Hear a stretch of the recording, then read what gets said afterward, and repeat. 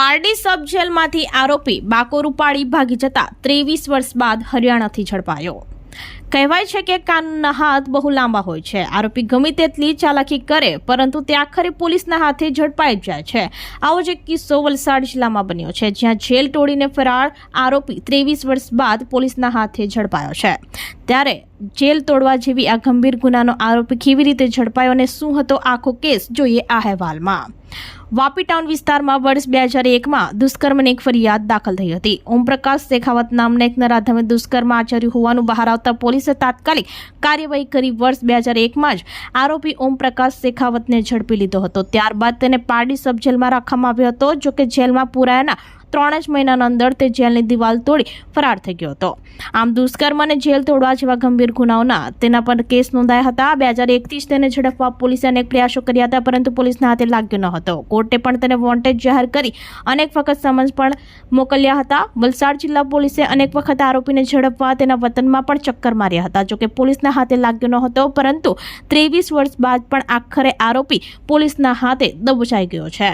23 વર્ષથી દુષ્કર્મ જેવા ગુનાનો આરોપી જેલમાં ગયા બાદ પણ સુધર્યો ન હતો। પારડી સબ જેલમાં આરોપીને રાખ્યો હતો, એ જેલમાંથી પણ તે દિવાલ તોડી ફરાર થઈ ગયો હતો। ફરાર આરોપીને શોધવા વાપી ટાઉન પોલીસ અને જિલ્લા પોલીસની ટીમો હરિયાણાના ભિવાની જિલ્લામાં તેના ઘરે પણ તપાસ કરી ચૂકી હતી, પરંતુ તેમ છતાં ચાલક સાતીર આરોપી પોલીસના હાથે લાગ્યો ન હતો। જોકે વર્ષોના વહાણા વીતી જતા આરોપી પણ જાણે નિશ્ચિત થઈ ગયો હોય તેવી રીતે પોતાના ઘરે જીવન જીવતો હતો, પરંતુ 2 દશકા બાદ પણ વલસાડ જિલ્લા પોલીસે તેનો પીછો ન છોડ્યો અને છેક હરિયાણાના ભિવાનીમાં તેના ઘર પર પહોંચી પોલીસે આરોપીને દબોચી ફરી પાછા વલસાડ વાપીમાં લાવી તેને જેલના સળિયા પાછળ ધકેલી દીધો છે। કાનૂનથી બચવા અનેક વખત આરોપીઓ ચાલાકીઓ અને સાતીર દિમાગ પણ વાપરે છે અને ફરાર થઈ જવામાં સફળ પણ થાય છે, પરંતુ લાંબા સમય સુધી તે કાનૂનના હાથથી બચી શકતા નથી। ક્યારેક તો તે પોલીસના હાથે જ લાગી જ જાય છે। આ કિસ્સામાં પણ દુષ્કર્મ અને જેલ તોડી ફરાર થઈ જવા જેવા ગંભીર ગુનાના આરોપીને 23 વર્ષ બાદ પણ વલસાડ જિલ્લા પોલીસે તેને હરિયાણાથી દબોચી વલસાડ લાવી તેના વિરુદ્ધ કાયદેસરની કાર્યવાહી હાથ ધરી છે। વર્ષ 2001માં વાપી ટાઉન પોલીસ સ્ટેશન ખાતે એક રેપ કેસની ઘટના બનેલી હતી।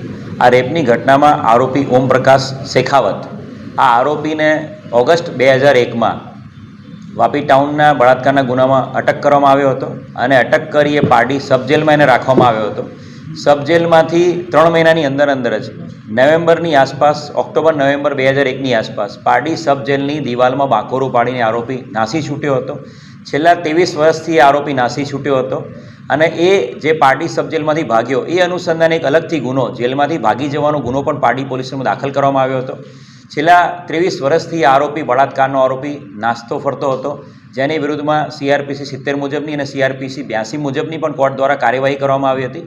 બનાવની ગંભીરતાને ધ્યાને રાખીને જે હરિયાણાનું ભિવાની ડિસ્ટ્રિક્ટ છે, જ્યાંનો એ વતની હતો, એ વિસ્તારમાં પોલીસ ઘણી બધી વખત તપાસમાં ગયેલી હતી અને ચોક્કસ હ્યુમન ઇન્ટેલિજન્સ આધારે વાપી ટાઉનની ટીમ હરિયાણા ખાતે તપાસમાં ગઈ હતી અને આરોપી છે એ ભિવાની હરિયાણા ખાતે તેને પકડી પાડવામાં આવ્યો છે અને ખૂબ મોટી સફળતા આ 23 વર્ષથી બળાત્કારના ગુનામાં નાસ્તા ફરતા, જેલ તોડીને નાસ્તા ફરતા આરોપીને પકડી પાડવામાં સફળતા વાપી ટાઉન પોલીસ સ્ટેશનને મળી છે।